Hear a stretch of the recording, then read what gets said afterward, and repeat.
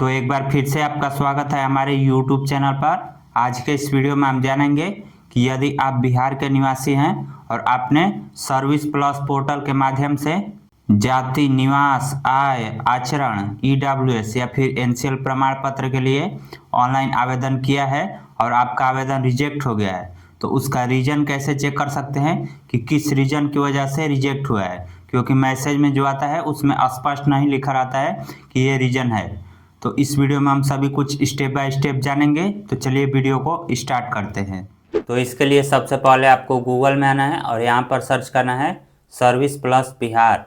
उसके बाद पहले नंबर पर जो वेबसाइट आएगा इस पर आपको क्लिक करना है।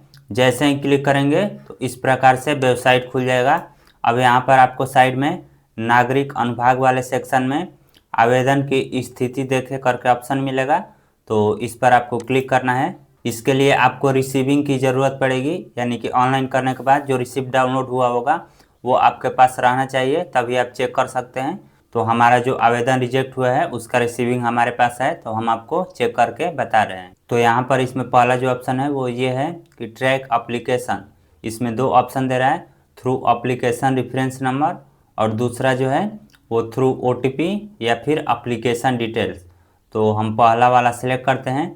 अब पहला वाला सिलेक्ट करते हैं तो एप्लीकेशन रेफरेंस नंबर मांग रहा है, तो एप्लीकेशन रेफरेंस नंबर आपके रिसीविंग पर ही मिल जाएगा। यह कुछ इस प्रकार का होता है BRCCO/2026 और स्लैश, इसके बाद आपका जो एप्लीकेशन नंबर है वो रहता है।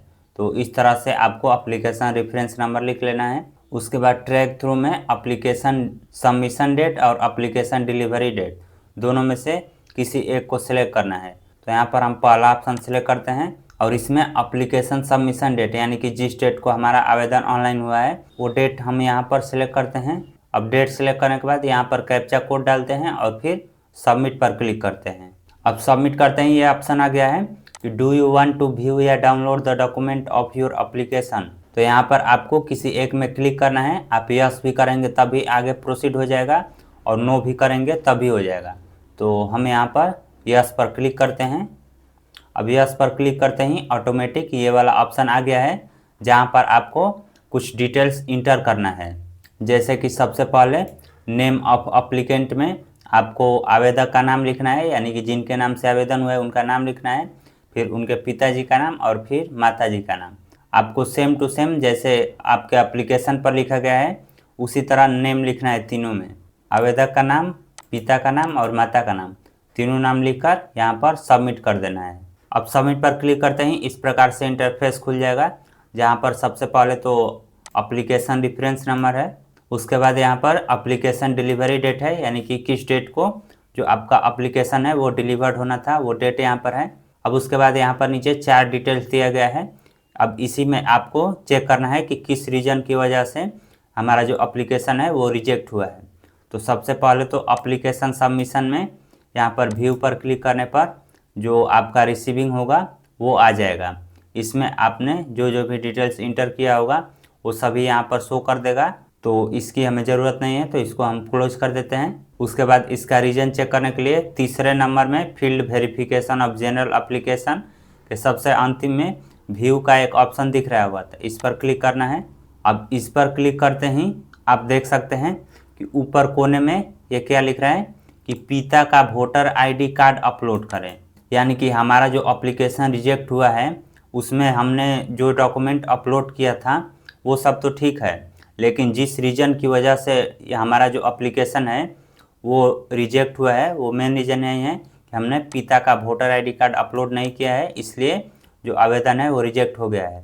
अब हम यदि दोबारा आवेदन करते हैं और उसमें अपने पिताजी का वोटर ID कार्ड लगाकर हम ऑनलाइन करते हैं तो हमारा जो सर्टिफिकेट है उसका बनने का चांस 100% है। तो इस तरह से आपको रीजन चेक कर लेना है। उसके बाद चौथे नंबर पर जो ऑप्शन है इसमें भी सबसे अंतिम में व्यू पर क्लिक करते हैं, तो यहाँ पर लिख रहा है ऑन साइन फोटोग्राफ और Aadhaar card not uploaded by applicant. तो ये रीजन सभी में लिखता है, जिनका डॉक्यूमेंट सही अपलोड है उसमें भी आप फोटोग्राफ पर सिग्नेचर करके अपलोड करेंगे तो उसमें भी यही लिखेगा, तो इस पर आपको ध्यान नहीं देना है। जो मेन तीसरा वाला ऑप्शन है यानी कि field verification for general application, इसमें सबसे अंतिम आना है और फिर व्यू पर क्लिक करना है। उसके बाद इसमें जो रिमार्क में लिखा गया है कि क्या आपको अपलोड करना है, सेम टू सेम डॉक्यूमेंट लगाकर फिर से ऑनलाइन आवेदन करना है। उसके बाद जो आपका सर्टिफिकेट है वो बनकर रेडी हो जाएगा। तो इस तरह से आप चेक कर सकते हैं कि आपने जो जाति, निवास, आय या फिर आचरण प्रमाण पत्र के लिए ऑनलाइन आवेदन किया है और यदि वो रिजेक्ट हो गया है तो किस रीजन की वजह से रिजेक्ट हुआ है, यहीं से आप चेक कर सकते हैं। उसके बाद रीजन में जो लिखा गया है वो डॉक्यूमेंट लगाकर आप फिर से ऑनलाइन करेंगे तो आपका जो सर्टिफिकेट है वो बनकर रेडी हो जाएगा। तो इस तरह आज के इस वीडियो में आपने जाना कि जाति, आय, निवास या फिर आचरण प्रमाण पत्र का मेन रीजन चेक कैसे कर सकते हैं कि किस वजह से आपका आवेदन रिजेक्ट हुआ है। तो यदि आपको इससे रिलेटेड कोई क्वेश्चन पूछना है तो कमेंट करके पूछ सकते हैं।